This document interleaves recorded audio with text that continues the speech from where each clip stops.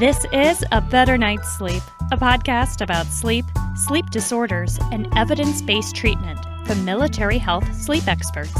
I'm Dr. Julie Kinn with the Defense Health Agency. I'm Dr. Jonathan Olin, sleep medicine physician. John, we have more listener questions for you. Great. Thanks again to our listeners who've been sending these in. It's fantastic. We're glad you all are enjoying this information and hoping that John, Colonel Robertson, and others can give us some good info for you. Okay, so here is our first question for today. Dear A Better Night's Sleep podcast. That is a mouthful. I try to get 8 hours a night, but usually get a lot less. One problem I have is that I wake up early in the AM, like 0300 or 0400, and then stay awake for about an hour, being really frustrated. Should I try medication or something else? Thanks for the show, TR. Well, TR, this probably won't surprise you, but I'm going to say something else. Obviously, I haven't met the person, but in general, the question suggests that they may be clock watching. So I'd say turn the clock around. Don't look at the clock when you wake up. And then suggest practicing stimulus control. So lie in bed for an estimated 15, 20 minutes. If drowsy and going back to sleep, great. If not and still awake, then get up, get out of bed, different area of the house, do something boring, return back to bed when sleepy. And if necessary, repeat, meaning if you're still not asleep, that next time in.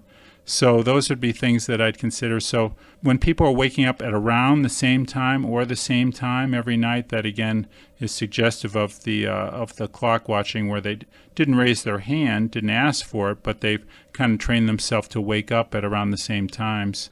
So again, the clock watching and the stimulus control may be useful. Finally, early morning awakening can be a symptom of mood problems such as depression. So just something to consider. If the person is depressed or if they feel they're depressed, then consider reviewing that with a clinician.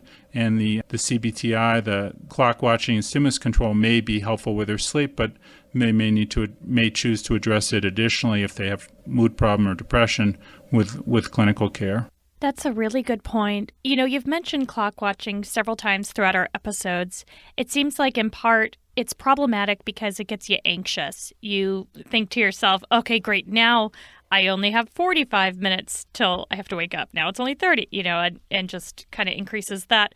Or is it more a matter of you're looking at a screen? What is it about the clock watching that's so disruptive to us? I view it as as a few things. I talked earlier about the SCN, suprachiasmatic nucleus. That's a clock in the brain. So if we've trained ourselves to wake up, and that has close communication to alerting nerve cells, the sleep on-off switch. So if we've trained ourselves to wake up at, say, 3 a.m., 0300, every night or every morning, then that is more likely to happen, obviously. If it's happened 5 nights in a row, then maybe it's reasonably likely to happen that 6th night in a row. So then, as you pointed out, person then not only wakes, other parts of their brain are then activated, where they literally start doing math calculations. Right. Which is obviously not just, I'm slightly awake, I'm rolling over, I'm going back to sleep. Now you're actually thinking, it's 3. I've been up for the last 4 nights, 5 nights at 3. My alarm goes off at 6. That means I only have 3 hours.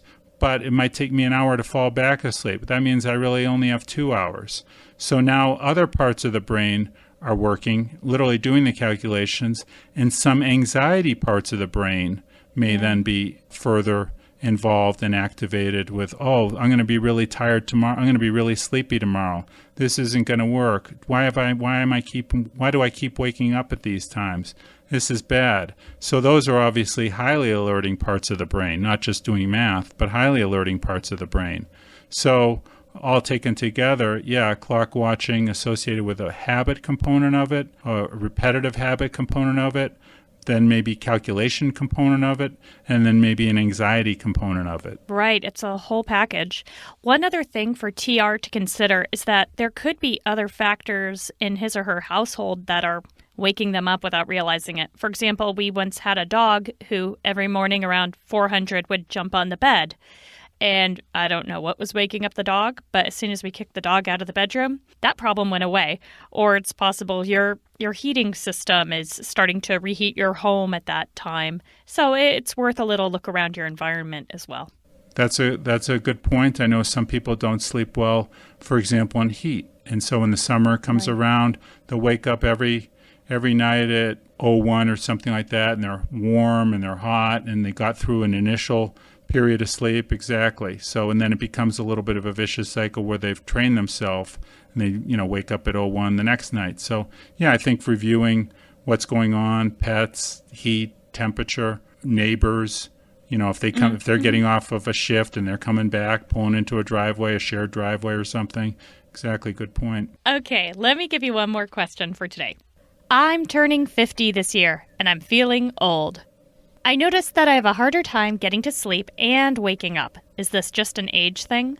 So in other words, John, how does sleep change as we get older? Well, that's a good question, and there's been a fair amount of research and studying regarding this issue. As I think we mentioned earlier, sleep is an active brain state. Mm-hmm. The neurons, the brain cells that produce and generate sleep, are frankly not as strong as they were earlier in maintaining sleep, inducing sleep, and maintaining sleep as we age. So obviously think of a newborn. They're maybe sleeping, 20 hours a day or 21 hours a day, just a young newborn. And a 2-year-old child may be taking, or likely is taking, naps, etc. And they're sleeping for long periods of the day, of the 24-hour day. So a newborn will have substantial amounts of their sleep time in a stage of sleep called REM, rapid eye movement. Right. And that gets progressively less as they get older to ballpark adulthood. And they also, young children are having substantial amounts, young children and young adults, substantially more amounts of a stage of sleep called N3, deep stage of sleep. And I consider 50 young. A 50-year-old and a 60-year-old is going to have less N3 than a 20-year-old. A younger person will have a big, strong muscle and have an easier time to be able to get on a workout program and do push-ups. And an older person, they'll have, sorry to be maybe depressing, but muscle will atrophy. They're losing some muscle mass.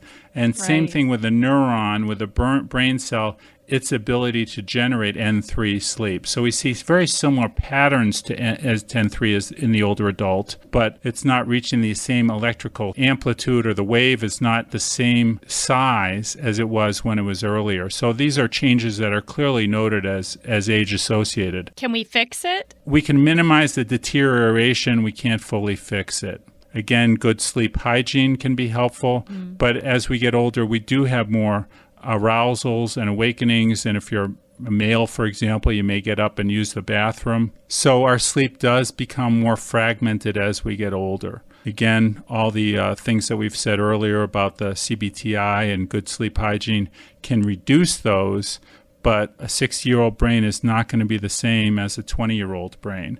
If you have other sleep disorders like apnea, obviously that's going to fragment sleep and make it worse too. So sorry to be the bearer of bad news about brain and EEG patterns, brainwave patterns, but in general, many older adults, certainly 50s, 60s, they'll report overall, especially if they're on top of these types of things that we discussed earlier, the good sleep hygiene, reasonably satisfying sleep. I know this is boring advice, but it sounds like just all the more reason to get good sleep hygiene, get the good behaviors and routines, so that as aging takes effect, we already know how to get a good night's sleep.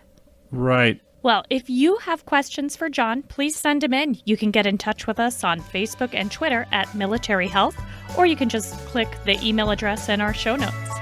Thank you so much, John. Oh, thanks so much. I hope this is helpful for our listeners. Me too. Let us know. A Better Night's Sleep is produced by the Defense Health Agency.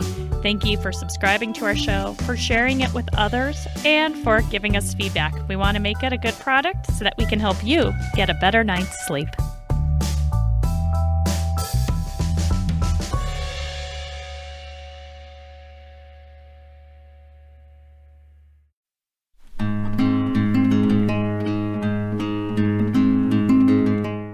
Join the Military Meditation Coach podcast to try a variety of meditation and relaxation exercises and engage in fitness for your mind. Each exercise is led by an expert in the military health system. The Military Meditation Coach podcast. Made for the military, but good for everyone.